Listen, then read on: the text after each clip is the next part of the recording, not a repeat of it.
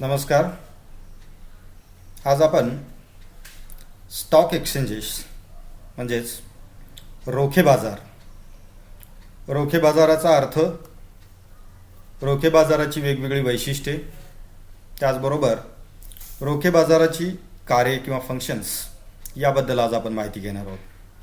मित्रो, फायनान्शियल मार्केट्समध्ये मनी market, capital market, त्याचबरोबर commodity and derivative market, foreign exchange market अशा अनेक वेगवेगळ्या प्रकारचे वित्तीय बाजार यापूर्वीच्या घटकामध्ये आपण त्यांची थोडक्यात माहिती आपण घेतलेली आहे.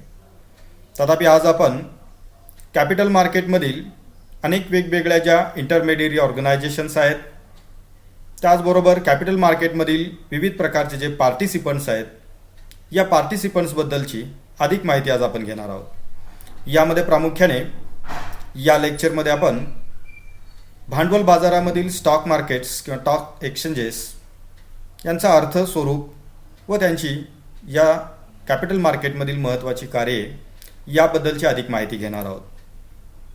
सर्वसाधारणपणे कॅपिटल मार्केटचे स्वरूप जर आपण पाहिले तर त्यामध्ये अनेक वेगवेगळ्या प्रकारचे उपबाजार किंवा सबमार्केट्स असल्याचे आपल्याला दिसून येईल, की ज्यामध्ये प्रामुख्याने प्रायमरी कॅपिटल मार्केट, की ज्या ठिकाणी initial public offers, follow on public offers म्हणजेच IPO आणि FPO यांची खरेदी विक्रीची प्रोसेस ज्या बाजारामध्ये राबवली जाते किंवा ज्यासाठीची अरेंजमेंट ज्या मार्केट सिस्टमच्या माध्यमातून केली जाते त्यास आपण प्रायमरी कॅपिटल मार्केट असे म्हणतो. तर सेकंडरी कॅपिटल मार्केटमध्ये पूर्वी विक्री केलेल्या विविध प्रकारच्या सिक्युरिटींची पुनर्विक्री व पुनर्खरेदी करण्यासाठी जे मार्केट अरेंजमेंट असते की त्याला आपण सेकंडरी कॅपिटल मार्केट किंवा दुय्यम भांडवल बाजार असे आपण म्हणतो. याबरोबरच दोन वेगवेगळ्या पद्धतीचे जे वर्गीकरण यामध्ये आपण करतो, त्यामध्ये प्रामुख्याने गव्हर्नमेंट सिक्युरिटी मार्केट व कॉर्पोरेट सिक्युरिटी मार्केट, ज्या बाजार यंत्रणेच्या माध्यमातून शासकीय रोख्यांची खरेदी विक्री केली जात असते, की ज्याला आपण गव्हर्नमेंट सिक्युरिटीज असे आपण म्हणतो, की त्याला आपण गव्हर्नमेंट सिक्युरिटी मार्केट म्हणतो. तथापि ज्या मार्केट सिस्टमच्या माध्यमातून कॉर्पोरेट सिक्युरिटीज म्हणजेच खाजगी कंपन्यांच्या विविध प्रकारच्या रोख्यांची खरेदी विक्री केली जात असते, त्याला आपण कॉर्पोरेट सिक्युरिटी असे आपण म्हणतो. या कॉर्पोरेट सिक्युरिटी मार्केटबरोबरच या देशातील वित्तीय बाजारपेठेत गव्हर्नमेंट सिक्युरिटी मार्केट हे देखील एक महत्त्वाचे मार्केट असल्याचे आपणास दिसून येईल.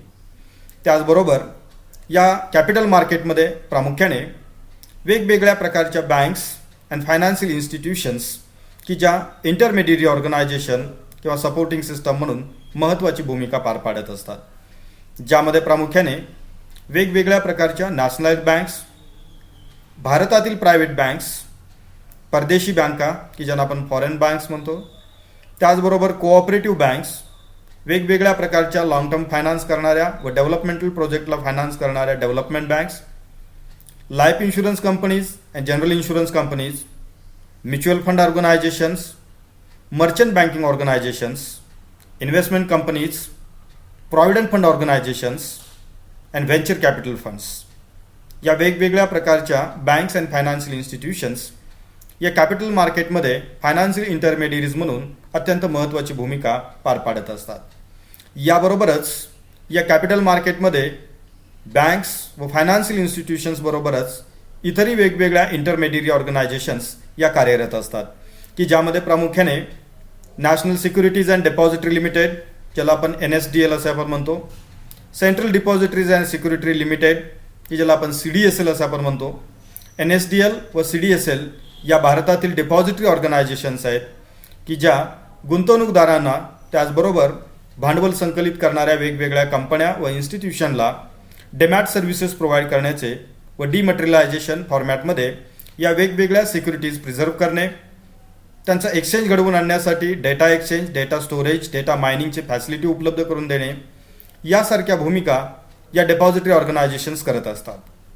त्याचबरोबर NSDL व CDSLच्या वेगवेगळ्या सर्व्हिसेस एंड युजरपर्यंत पोहोचवण्याकरिता वेगवेगळ्या डिपॉझिटरी पार्टिसिपंट्स आणि ब्रोकर्स हे कार्यरत असतात.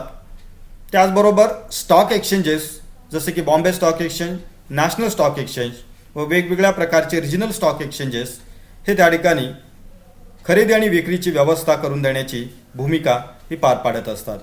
या व्यतिरिक्त registrar and share transfer agent, underwriting organisations, credit rating agencies, primary dealers, brokers, sub brokers, custodians, त्याचबरोबर फॉरेन इन्स्टिट्यूशनल इन्व्हेस्टर्स अशा अनेक वेगवेगळ्या प्रकारच्या इंटरमिडियरीज, त्याचबरोबर पार्टिसिपटरी ऑर्गनायझेशन्स या भांडवल बाजारामध्ये कार्यरत असतात. तथापि यामधील आज आपण स्टॉक एक्सचेंज म्हणजे काय, स्टॉक एक्सचेंजची वैशिष्ट्ये, त्याचबरोबर स्टॉक एक्सचेंजच्या महत्त्वाच्या भूमिका किंवा त्यांची कार्ये याबद्दलची आपण माहिती घेणार आहोत. स्टॉक एक्सचेंजची डेफिनेशन जर आपण पाहिली तर वेगवेगळ्या देशामध्ये त्या देशातील कायदेशीर तरतुदीनुसार त्यांच्या डेफिनेशन्स या वेगवेगळ्या आपणास पाहाव्यास मिळतात. तथापि भारतीय भांडवल बाजाराच्या दृष्टिकोनातून जर आपण पाहिलं तर आपणास the securities contract regulation act 1956 या कायद्यातील स्टॉक एक्सचेंजची डेफिनेशन पाहणे हे अत्यंत आवश्यक ठरते. ती व्याख्या जर आपण पाहिली तर या कायद्यातील तरतुदीनुसार the securities contract regulation act 1956 has defined stock exchange as an association, organization or body of individuals, whether incorporated or not established for the purpose of assisting, regulating and controlling business of buying, selling and dealing in securities. Definition जर आपण पाहिली तर आपणास असे लक्षात येईल, it may be association, it may be organization, it may be body of individuals, whether it may be incorporated or not established. म्हणजेच ही एक संघटना, संस्था, ऑर्गनायझेशन या वेगवेगळ्या फॉर्मॅटमध्ये असणारी ही एक महत्त्वाची मध्यस्थ ऑर्गनायझेशन आहे. तथापि या संस्थेच्या स्थापनेपाठीमागचा महत्त्वाचा उद्देश जर आपण पाहिला तर आपणास असे लक्षात येईल, it is a organisation or institute for the purpose of assisting, regulating and controlling of business of buying and selling of the securities along with the dealing in the securities. म्हणजेच वेगवेगळ्या प्रकारच्या सिक्युरिटीज खरेदी विक्री करण्याच्या कामी, त्याचबरोबर त्याच्यामधील वेगवेगळ्या प्रकारच्या व्यवहारासाठी मदत करणे, त्यांचे रेग्युलेशन करणे, त्यांचे नियंत्रण करणे याकरिता स्टॉक एक्सचेंजेस ही संस्था महत्त्वाची भूमिका ही पार पाडत असते. जगभरातील वेगवेगळ्या स्टॉक एक्सचेंजेसचा जर आपण इतिहास पाहिला तर आपणास असे लक्षात येईल की यामध्ये जगातला सर्वात पहिला स्टॉक एक्सचेंज बेल्जियममध्ये ब्रुगेस बोर्स या नावाने त्या ठिकाणी 1309 मध्ये स्थापन झालेला आपणास दिसून येईल. त्यानंतर New York stock exchange 1792, Bombay stock exchange 1875, नॉस्डॅक USA 1971, national stock exchange 1992 या वेगवेगळ्या देशामधील या वेगवेगळ्या स्टॉक एक्सचेंजच्या स्थापनेचा इतिहास जर आपण पाहिला तर जगभरातील वेगवेगळ्या देशामध्ये वेगवेगळ्या कालावधीमध्ये अशा प्रकारचे स्टॉक एक्सचेंजेस त्या देशातील कॅपिटल मार्केट कंट्रोल करणे असेल, त्याचबरोबर कॅपिटल मार्केटमधील वेगवेगळ्या प्रकारचे ट्रान्झॅक्शन्स असतील, रेग्युलेशन असेल व या संपूर्ण सिस्टममध्ये सिस्टम असिस्टंट प्रोव्हाइड करणं असेल, या सर्व प्रकारच्या भूमिका या स्टॉक एक्सचेंजेसच्या माध्यमातून पार पाडल्या जात असल्याचे आपणास दिसून येईल.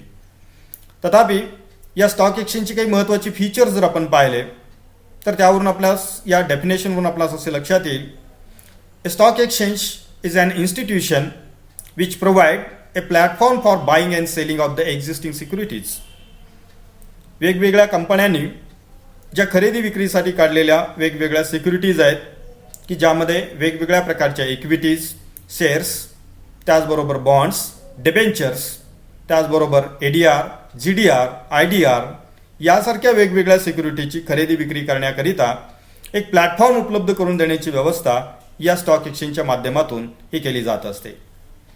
त्याचबरोबर आणखीन एक महत्त्वाचं वैशिष्ट्य जर आपण पाहिलं तर आपल्या असं लक्षात येईल, stock exchange is the system where the securities are bought and sold as per the well structured rules and regulations.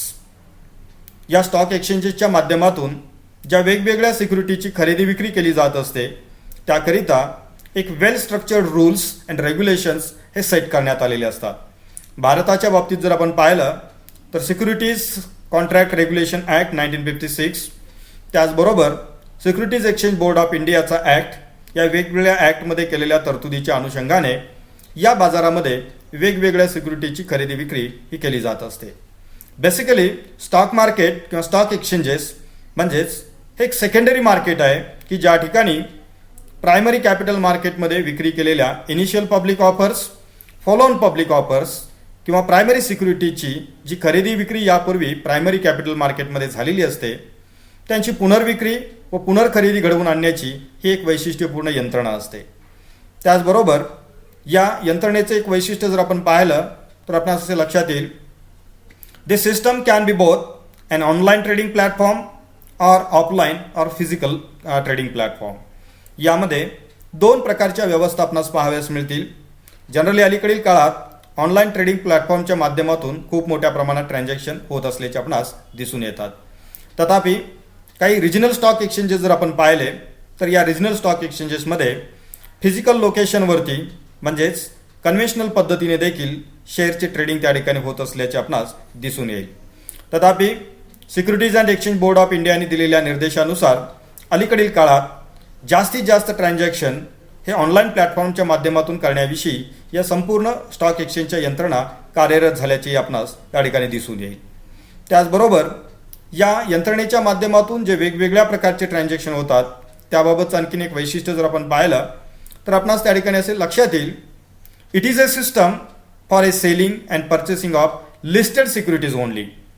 Stock एक्सचेंजेसच्या माध्यमातून केवळ लिस्टेड असणाऱ्या सिक्युरिटीजचीच खरेदी विक्री ही त्या ठिकाणी होऊ शकते. मग ते बॉन्ड्स असतील, डिबेंचर्स असतील, त्याचबरोबर अमेरिकन डिपॉझिटरी रिसिप्ट्स असतील, ग्लोबल डिपॉझिटरी रिसिप्ट्स असतील, इंडियन डिपॉझिटरी रिसिप्ट्स असतील, त्याचबरोबर वेगवेगळ्या प्रकारच्या इक्विटीज किंवा वेगवेगळ्या प्रकारचे शेअर्स असतील. ज्या कंपन्यांचे शेअर्स किंवा ज्या कंपन्यांच्या सिक्युरिटीज स्पेसिफिक स्टॉक एक्सचेंजमध्ये नोंदणी केलेल्या असतात की ज्याला आपण लिस्टेड सिक्युरिटीज असे आपण म्हणतो, या लिस्टेड सिक्युरिटीजचीच खरेदी विक्री त्या भांडवल बाजारामधील त्या स्टॉक एक्सचेंजेसमध्ये होत असते. तथापि एखाद्या कंपनीने आपल्याकडील सिक्युरिटीज किंवा शेअर्स एकापेक्षा अधिक स्टॉक एक्सचेंजमध्ये लिस्टेड केलेल्या असतील, नोंदणी केलेल्या असतील तर त्यांची खरेदी विक्री एकापेक्षा अधिक स्टॉक एक्सचेंजमध्ये ही होऊ शकते. यावरून आपणास असे लक्षात येईल की stock exchange is a platform which provides system arrangement for the selling and purchasing of existing securities. म्हणजेच यापूर्वी ज्या सिक्युरिटींची खरेदी विक्री ही प्रामुख्याने प्रायमरी कॅपिटल मार्केटच्या माध्यमातून झालेली आहे आणि त्यांचे लिस्टिंग स्टॉक एक्सचेंजेसमध्ये झालेलं आहे, अशा सिक्युरिटींची पुनर्विक्री व पुनर्खरेदी करण्याची ही एक वैशिष्ट्यपूर्ण व महत्त्वपूर्ण यंत्रणा असते. या संपूर्ण सिस्टमची काही महत्त्वाची वैशिष्ट्ये जर आपण पाहिली तर आपणास त्या ठिकाणी असे लक्षात येईल की stock exchange is a organised security market. It is a organized security market because it is controlled and regulated by the Securities and Exchange Board of India, that is SEBI. भारतामधील स्टॉक एक्सचेंजेस हे एक संघटित स्वरूपाचे security market आहेत कारण त्यांची स्थापना, त्यांचे व्यवहार चलन, त्याचबरोबर त्यांचे नियंत्रण व व्यवस्थापन करण्याकरिता कायदेशीर तरतुदी करण्यात आलेल्या आहेत व त्या कायद्यातील तरतुदीनुसार हे स्टॉक एक्सचेंजेस कार्यरत असतात. त्याचबरोबर त्यांच्यावरती सेबीचे नियंत्रण असते आणि म्हणून याला आपण संघटित security market, organised security market असे आपण म्हणू शकतो. या देशामध्ये स्टॉक एक्सचेंजेस सुरू करण्याकरिता की त्यांनी सेबीकडे नोंदणी करणे, त्यांच्याकडे रजिस्ट्रेशन करणे हे अत्यंत आवश्यक असते. त्याचबरोबर या देशातील वेगवेगळ्या प्रकारच्या इंटरमेडियरी ऑर्गनायझेशनमध्ये की त्या ठिकाणी एक महत्त्वाची इंटरमेडियरी म्हणून स्टॉक एक्सचेंजेसची भूमिका ही अत्यंत महत्त्वाची असते. यामध्ये प्रामुख्याने ज्या इन्व्हेस्टरनी, ज्या गुंतवणूकदारांनी यापूर्वी वेगवेगळ्या सिक्युरिटी खरेदी केलेल्या आहेत आणि त्याची ते विक्री करू इच्छितात आणि त्यामध्ये गुंतवणूक करण्यासाठी इतर इन्व्हेस्टर तयार आहेत, अशा दोन वेगवेगळ्या प्रकारच्या म्हणजेच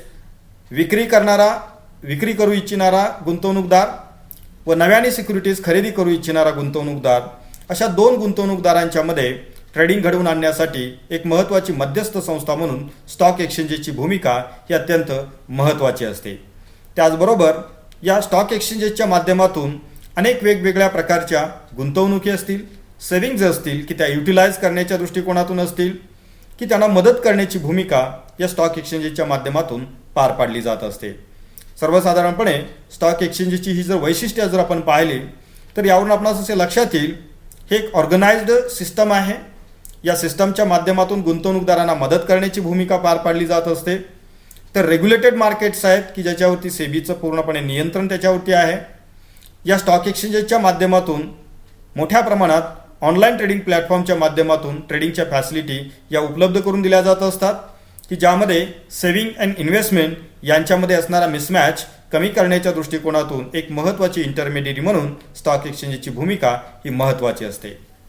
या स्टॉक एक्सचेंजेसची काही महत्त्वाची कार्ये जर आपण पाहिली तर त्यामध्ये काही या महत्त्वाच्या कार्यांचा विचार आपणास त्या ठिकाणी करावा लागेल.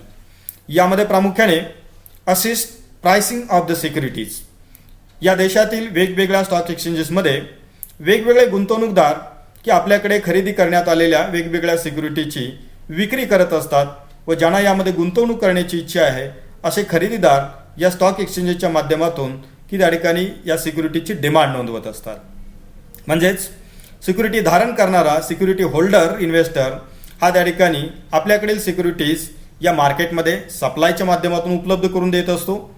तर ज्यांना यामध्ये गुंतवणूक करण्याची इच्छा आहे असे गुंतवणूकदार त्यासाठीची डिमांड नोंदवत असतात. तथापि ह्या डिमांड अँड सप्लायच्या बेसिसवरती प्राइस डिटर्मिनेशनची प्रोसेस ही त्या ठिकाणी ट्रान्सपरंट पद्धतीने रन करण्याची जबाबदारी या ठिकाणी स्टॉक एक्सचेंजेसच्या माध्यमातून पार पाडली जात असते. त्याचबरोबर to providing liquidity to the investors. ज्या गुंतवणूकदारांनी यापूर्वी वेगवेगळ्या प्रकारच्या बॉन्ड्स, डिबेंचर्स, सिक्युरिटीज, शेअर्स याच्यामध्ये इन्व्हेस्टमेंट केलेली आहे मात्र त्यांना ती इन्व्हेस्टमेंट मोकळी करावयाची आहे, डिसइन्व्हेस्टमेंट करावयाची आहे किंवा त्यामध्ये गुंतवलेला पैसा हा रोख पैशामध्ये रूपांतरित करावयाचा आहे, अशा गुंतवणूकदारांना त्यांच्याकडील सिक्युरिटीज विक्री करून त्याचे रोख पैशामध्ये रूपांतरित करण्याची व्यवस्था म्हणजेच लिक्विडिटी प्रोव्हाइड करण्याची जबाबदारी देखील या स्टॉक एक्सचेंजेसच्या माध्यमातून ही पार पाडली जात असते. म्हणजेच एक्झिस्टिंग सिक्युरिटीज जे आहेत की त्यांची मार्केटेबिलिटी वाढवण्याच्या दृष्टिकोनातून एक आवश्यक असणारा पूरक अशा पद्धतीचा प्लॅटफॉर्म उपलब्ध करून देण्याची भूमिका ही त्या ठिकाणी या स्टॉक एक्सचेंजेसची असते. त्याचबरोबर to list to the investment turnover. या देशातील वेगवेगळे जर स्टॉक एक्सचेंजेस आपण पाहिले की ज्यामध्ये प्रामुख्याने आपणास बॉम्बे स्टॉक एक्सचेंज व नॅशनल स्टॉक एक्सचेंज या दोन स्टॉक एक्सचेंजेसचा विचार आपणास करावा लागेल. या स्टॉक एक्सचेंजेसच्या माध्यमातून गुंतवणुकीचा जो टर्नओव्हर आहे तो खूप मोठ्या प्रमाणात वाढवण्याच्या दृष्टिकोनातून, गुंतवणुकीबाबतची उलाढाल वाढवण्याच्या दृष्टिकोनातून की या स्टॉक एक्सचेंजेसची भूमिका ही महत्त्वाची असते. कारण आज अनेक वेगवेगळे गुंतवणूकदार आपल्याकडील सिक्युरिटीची विक्री करण्यासाठी असेल किंवा आपल्याकडील बचतीमधून या वेगवेगळ्या सिक्युरिटीज खरेदी करण्यासाठी असेल या स्टॉक एक्सचेंजेसचे प्लॅटफॉर्म्स त्या ठिकाणी यूज करत असतात की ज्यामुळे गुंतवणुकीचा जो टर्नओव्हर आहे तो टर्नओव्हर वाढण्यासाठी देखील खूप मोठ्या प्रमाणात मदत होत असते. त्याचबरोबर stock exchanges are providing opportunity for the speculation also. Speculation म्हणजेच सट्टेबाजी की ज्या गुंतवणूकदारांना बदलत्या किमतीचा फायदा घेऊन अधिक नफा किंवा वाढीव परतावा मिळवण्याची इच्छा आहे अशा गुंतवणूकदारांना स्पेक्युलेशनची म्हणजे सट्टेबाजी करण्याची संधी देखील या स्टॉक एक्सचेंजच्या माध्यमातून ही उपलब्ध होत असते. कारण जेव्हा शेअरच्या किमती त्या ठिकाणी घसरू लागलेल्या असतात अशा वेळेला की त्या ठिकाणी बदलत्या किमतीचा फायदा घेण्यासाठी व त्यामधून लाभ मिळवण्यासाठी वेगवेगळ्या प्रकारचे गुंतवणूकदार हे त्या ठिकाणी शॉर्ट सेलिंगच्या माध्यमातून असेल किंवा इतर वेगवेगळ्या टेक्निकच्या माध्यमातून असेल की त्या ठिकाणी स्पेक्युलेशन त्या ठिकाणी करत असतात. त्याचबरोबर जेव्हा काही शेअरची किंवा काही रोख्यांच्या किमती या भविष्यात वाढण्याची शक्यता असते अशा वेळेला किमती कमी असताना त्यांची खरेदी करून भविष्यात वाढीव किमतीला त्यांची विक्री करून अधिक नफा मिळवणं किंवा रिटर्न मिळवण्याच्या दृष्टिकोनातून एक स्पेक्युलेशनची एक चांगली अपॉर्च्युनिटी या स्टॉक एक्सचेंजच्या माध्यमातून उपलब्ध करून देण्याची व्यवस्था हे करण्यात आलेली असते. त्याचबरोबर या देशातील शासन व्यवस्था असेल, त्याचबरोबर या देशातील वेगवेगळ्या कॉर्पोरेट कंपनीज असतील, या कॉर्पोरेट कंपनीज व वेगवेगळ्या प्रकारचे स्टेट गव्हर्नमेंट्स त्याचबरोबर सेंट्रल गव्हर्नमेंट्स यांना वेगवेगळ्या प्रोजेक्टकरिता आवश्यक असणारा जो निधी आहे तो गुंतवणुकीच्या स्वरूपात उपलब्ध करून देण्याची व्यवस्था देखील या स्टॉक एक्सचेंजच्या माध्यमातून त्या ठिकाणी केली जात असते. ओव्हरऑल जर आपण विचार केला तर यावरून आपणास असे लक्षात येईल या स्टॉक एक्सचेंजेसची या देशातील इकॉनॉमिक ग्रोथमध्ये एक अत्यंत महत्त्वाची एक भूमिका असल्याचे आपणास त्या ठिकाणी पाहावयास मिळेल. त्याचबरोबर स्टॉक एक्सचेंजेसमध्ये अनेक वेगवेगळ्या प्रकारच्या सिक्युरिटीची विक्रीची व्यवस्था असल्यामुळे या सिक्युरिटीजमध्ये गुंतवणूक करण्याची खूप मोठी संधी गुंतवणूकदारांना उपलब्ध असते की ज्यामुळे वेगवेगळ्या प्रकारच्या इन्व्हेस्टमेंट अपॉर्च्युनिटीज या स्टॉक एक्सचेंजेसच्या माध्यमातून या उपलब्ध होत असतात. त्याहीपेक्षा सगळ्यात महत्त्वाची भूमिका म्हणजे जेव्हा त्या ठिकाणी 1-to-1 ट्रेडिंग किंवा सेलिंग अँड परचेसिंग होत असते की त्यावेळेला गुंतवणूकदारांना फसवणूक करण्याची शक्यता असते, वेगवेगळ्या प्रकारच्या अनफेअर प्रॅक्टिसेस त्या ठिकाणी होण्याची शक्यता असते. मात्र जेव्हा आपण या वेगवेगळ्या स्टॉक एक्सचेंजेसच्या माध्यमातून सेलिंग अँड परचेसिंग करत असतो तेव्हा त्या ठिकाणी सेफ अँड फेअर डीलिंग होण्याच्या दृष्टिकोनातून आवश्यक असणारी व्यवस्था या स्टॉक एक्सचेंजेसनी केलेली असते. आणि त्यामुळे गुंतवणूकदारांना एक सेफ एन्व्हायरमेंट उपलब्ध करून देणं असेल, फेअर ट्रेड प्रॅक्टिसेस असतील त्या एस्टॅब्लिश करण्यासाठी देखील या स्टॉक एक्सचेंजेसचा रोल हा अत्यंत महत्त्वाचा असतो. त्याचबरोबर आपण खरेदी केलेल्या वेगवेगळ्या सिक्युरिटीज असतील किंवा शेअर्स असतील डीमॅट फॉर्मॅटमध्ये स्टोअर करून ठेवण्याची जी त्या ठिकाणी भूमिका या देशातील NSDL व CDSLच्या माध्यमातून पार पाडली जात असते. मात्र की या संस्था थेट त्या ठिकाणी गुंतवणूकदारांना सेवा पण उपलब्ध करून देत नसतात, तर त्यांच्यासाठी अनेक वेगवेगळ्या मध्यस्थ संस्थांची आवश्यकता असते. त्यामध्ये प्रामुख्याने डिपॉझिटरी पार्टिसिपेशनचा उल्लेख आपल्याला करावा लागेल की ज्याला आपण DPs असे आपण म्हणतो. त्याचबरोबर ज्या डिपॉझिटरी ऑर्गनायझेशन्स आहेत NSDL आणि CDSL की यांच्याबरोबर कोऑर्डिनेशन ठेवून की त्यांच्या वेगवेगळ्या सेवा या गुंतवणूकदारांच्यापर्यंत उपलब्ध करून देण्याचं काम देखील हे स्टॉक एक्सचेंजेस करत असतात. त्याचबरोबर की देशातील स्टॉक एक्सचेंजेसची जे इंडेक्सेस आहेत किंवा इंडायसेस आहेत की जसे की सेन्सेक्स असेल, निफ्टी असेल, यासारखे वेगवेगळे इंडायसेस जे आहेत ते या देशातील इकॉनॉमीचे बॅरोमीटर्स म्हणून त्या ठिकाणी काम करत असतात. किंबहुना देशाच्या आर्थिक विकासाचे निर्देशक म्हणून देखील हे वेगवेगळे इंडायसेस जे आहेत ती महत्त्वाची भूमिका ग्लोबल लेवलला त्याचबरोबर डोमेस्टिक लेवलला देखील पार पाडत असतात. आणि याही अर्थाने ही स्टॉक एक्सचेंजेसची भूमिका जी आहे ती त्या ठिकाणी महत्त्वाची असते. असे म्हटले जाते की एखाद्या देशाच्या अर्थव्यवस्थेची स्थिती किंवा त्या ठिकाणचं फायनान्शियल हेल्थ किंवा प्रोग्रेसची स्थिती जी आहे ती त्या देशातील स्टॉक एक्सचेंजच्या इंडायसेसवरून आपणास लक्षात येत असते. आणि त्यामुळे एखाद्या इकॉनॉमीचे इंडायसेस हे त्या ठिकाणी त्या इकॉनॉमीची सिच्युएशन ही रिप्रेझेंट करत असतात. आणि त्यामुळे हे रिप्रेझेंटेशनची जी भूमिका आहे ती देखील अत्यंत महत्त्वाची असते.